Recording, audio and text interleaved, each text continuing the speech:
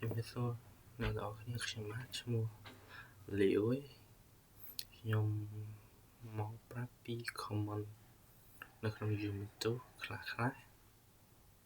ឡូវយើងចូលទៅកាន់ comment ទី1ដែលមាន CPU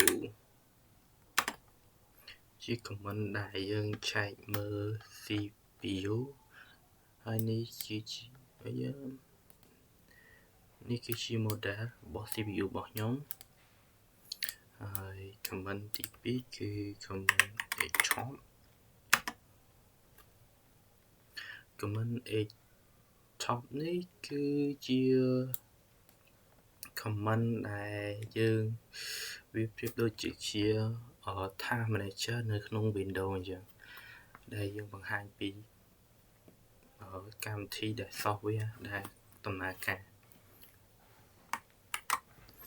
តោះមកយើងចូល comment ទី3គឺ free.8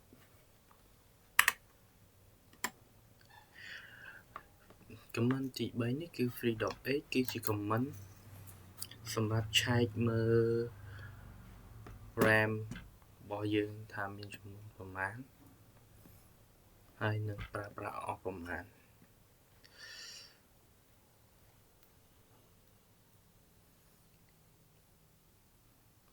ឡូវខ្ញុំ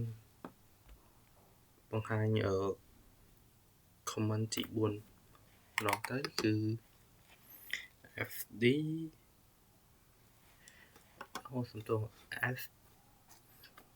FDF.8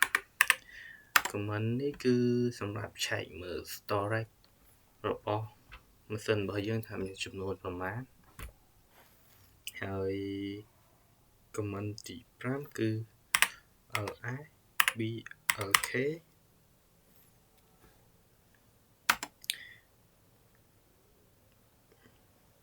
comment នេះគឺយើងឆែក disk structure របស់កម្មវិធីរបស់យើងដែលជា file អីចឹងតោះមកយើងចូល comment ទី6គឺ comment IPA គឺយើងឆែកមើល internet address របស់យើងថាវាដើរនៅ IP ប្រមាណ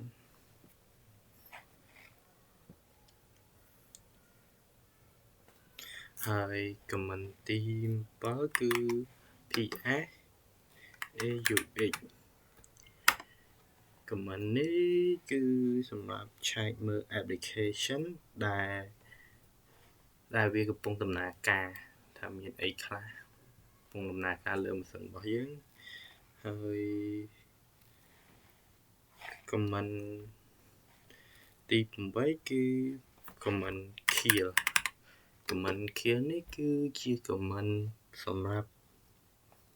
kill application គឺ kill កម្មវិធីអីមួយដែលឧទាហរណ៍ថាខ្ញុំបើក Firefox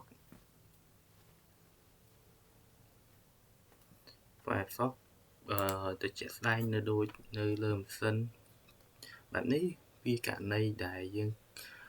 អាចចុចខ្វែងវាបានទេវាកំពុងតែខាំងអញ្ចឹងហើយយើងប្រើនៅលើ Ubuntu យើងមិនអាចទៅបើក terminal បិទបានទេយើងមានតែប្រើ command kill នេះតែដើម្បីប្រើ command kill នេះបានតើតែយើងស្គាល់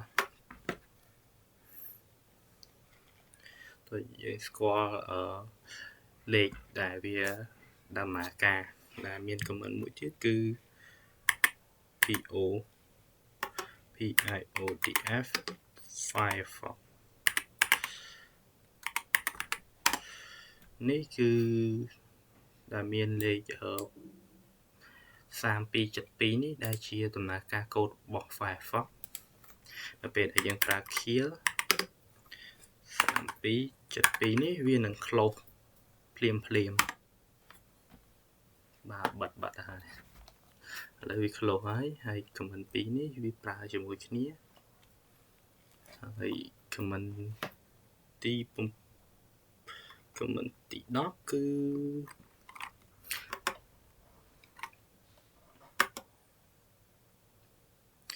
ឥឡូវយើងមកដល់ command មួយទៀតគឺ shutdown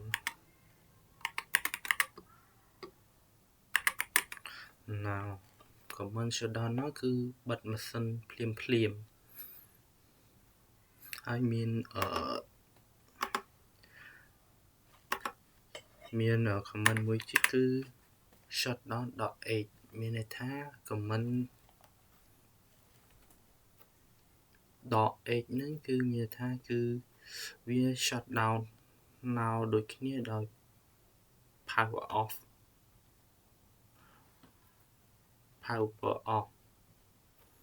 បិទ system ភ្លាមអញ្ចឹងណាហើយ command ទី2គឺ command ចុងក្រោយគឺ command reboot command reboot មួយសំទោស sudo reboot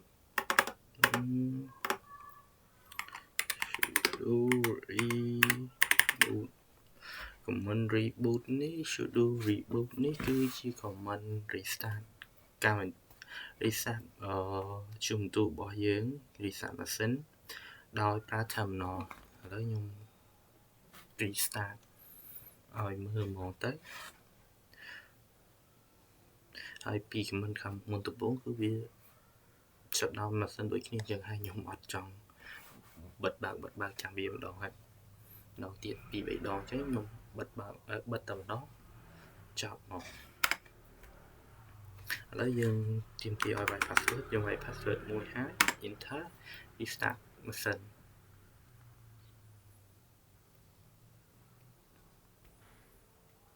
នឹងរងចាំវាបន្តិចដំណើរការ restart ម៉ាស៊ីន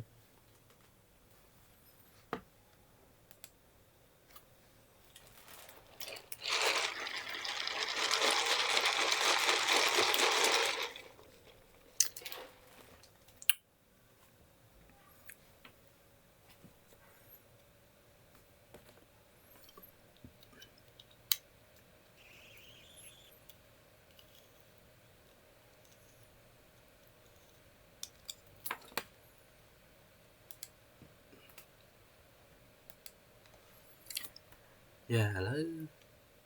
ម៉ាស៊ីនបាន restart មករួចរាល់ហើយហើយ password ដើម្បី login ចុះហើយវីដេអូមួយនេះក៏បានដល់ទីបញ្ចប់ដែរ